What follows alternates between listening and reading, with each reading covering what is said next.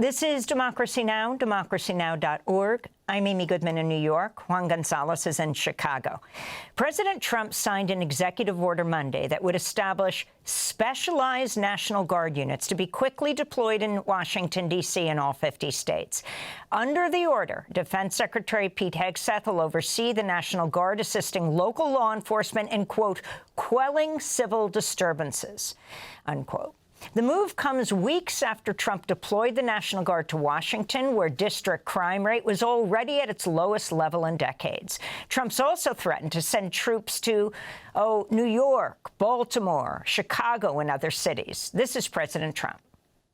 I made the statement that next should be Chicago because, as you all know, Chicago is a killing field right now. And they don't acknowledge it. And they say, we don't need him. Freedom, freedom. He's a dictator. He's a dictator. A lot of people are saying maybe we like a dictator. I don't like a dictator. I'm not a dictator.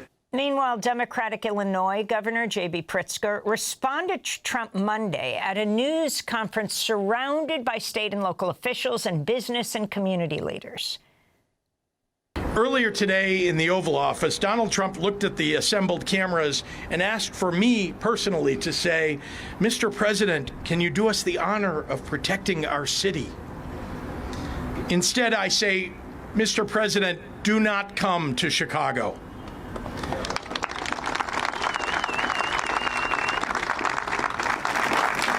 You are neither wanted here nor needed here.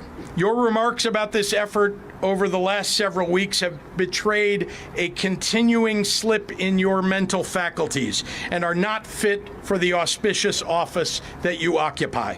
Most alarming, you seem to lack any appropriate concern as our commander-in-chief for the members of the military that you would so callously deploy as pawns in your ever more alarming grabs for power. That's Illinois Governor J.B. Pritzker speaking Monday. For more, we go to Chicago, where we're joined by Alderman Byron Sigcho-Lopez, who represents Chicago's 25th ward. He immigrated to the U.S. from Ecuador, was first elected in 2019 as a Democratic Socialist with support from the Chicago Democratic Socialists of America, DSA. We welcome you, Alderman, to Democracy Now! You held a meeting this weekend bringing together people all over. You're chair of the Housing and Real Estate Committee. If you can talk about your response to what President Trump is threatening.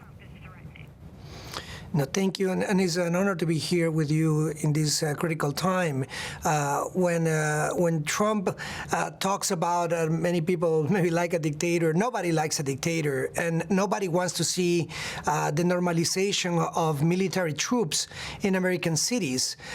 We joined the many calls of our communities to defend our city. We cannot normalize the militarization, the disappearing of our neighbors, the kidnapping of our neighbors, as we saw in June 4th here in our city, when masked men basically created a human trap and kidnapped mainly women from our community. We do not normalize, we organize. We do not despair. We're not afraid. We do not comply to dictators. And here in the city of Chicago, what we have done when this was first announced, the mass deportations, we organized to the frustration of the Trump administration that have seen an informed, a well-organized community, and that's what they're going to continue to see. We have, if anything, as a former labor organizer, we see that the boss is our best organizer. He's uniting our city. He united our immigrant community. He's organizing and he's unifying our city now more than ever.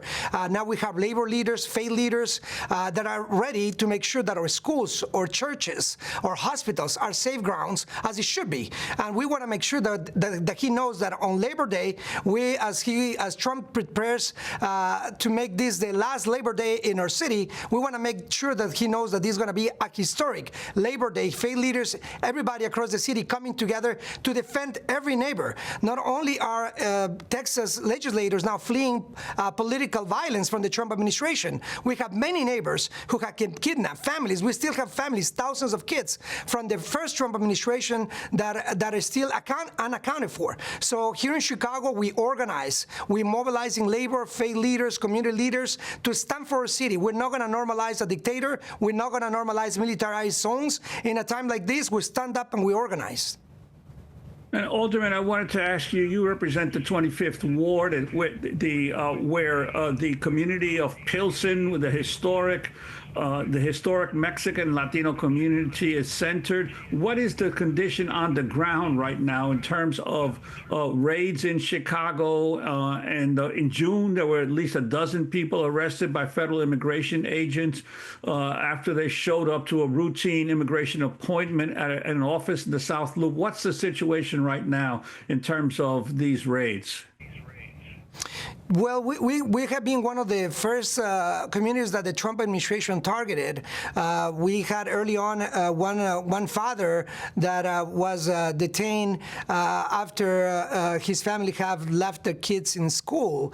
Just at the end of last school year, ICE was setting shop right next to one of our elementary schools in a laundromat, waiting for parents at dismissal. This is intended to create terror, to scare people, to create fear, to push people to deport themselves. So we see also with now that they not only don't respect rights, they're using violence as a tool of fascism. They did not respect constitutional rights when they enter one of our businesses a few months ago and detained 2 workers. In our community right now, there's serious concerns and fear of the Trump administration coming and snatching families, the snatching or being around schools, around hospitals, churches. So in our community, we're organizing. We are making sure that we denounce the Trump administration for coming to churches, hospitals, schools.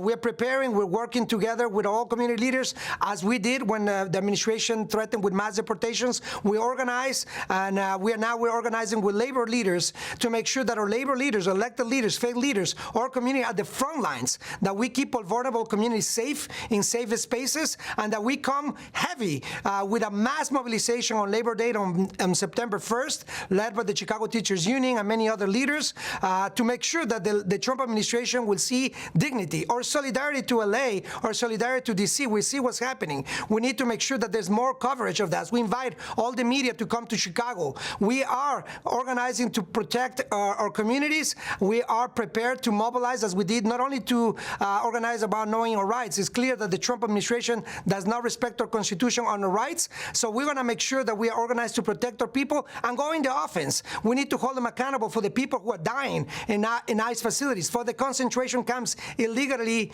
built, and also for the kids that are being separated, for the multiple atrocities. We are prepared here in Chicago we are a strong labor city. We're not going to normalize fascism, and we're prepared to face the dictator head on, and we know that we can defeat Project 2025 and the dictator that want to consolidate power. And Alderman, I want to ask you, you're a close ally of Mayor Brandon Johnson. Your discussions with the mayor in terms of how he's going to respond if Trump sends the National Guard in, especially the issue of how will the Chicago police respond?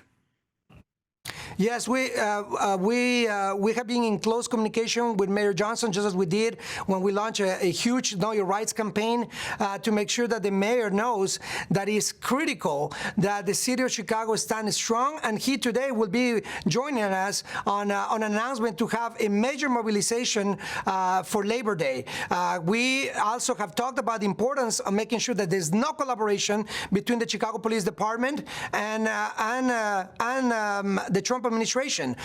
We have seen that on June 4th. There was an investigation, multiple leaders and elected officials that condemned the actions of ICE and any kind of collaboration on June 4th, the incident that you mentioned. And the mayor has shown his support for our community. His standing is strong. He went to Washington to defend our Constitution, our state and city code. And we are here prepared to mobilize on Labor Day. Mayor Johnson being one of the people standing with us. There will be no collaboration with the Chicago Police Department and ICE agents, and that's what we suspect that the Trump administration is deploying military forces, because they know that there's no way that they can conduct such operations again without the collaboration of the Chicago Police Department. In this case, he wants to send the military. We will continue to push back.